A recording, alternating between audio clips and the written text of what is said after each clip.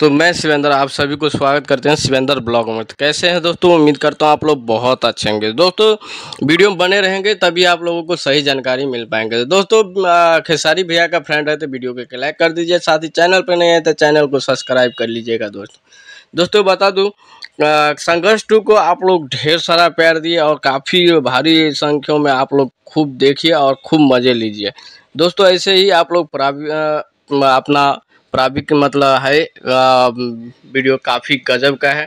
आप लोग ढेर सारा प्यार दिए और ऐसे ही देखते रहिए शिवेंद्र ब्लॉग। और दोस्तों बता दूं, खेसारी भैया से आप लोग इतना मतलब उम्मीद रखिए कि हर दिन मतलब मुस्कुराते रहे और ऐसे ही जगजगाते रहे। तो दोस्तों बता दूं, खेसारी भैया का फ्रेंड है तो वीडियो को लाइक कर दीजिए, साथ ही चैनल पर नहीं है तो चैनल को सब्सक्राइब कर दीजिए। आप लोग ढेर सारा दोस्तों बता दूं दीजिए और ऐसे ही आप लोग फुल वीडियो वॉच कीजिए। सॉन्ग आने वाला है, बस कुछ ही दिन के बाद आप लोग मोनेटाइज करा एक या दो तारीख को फाइनली मतलब अक्षरा सिंह और खेसारी भैया फिर से जो देखने के लिए मिलेगा।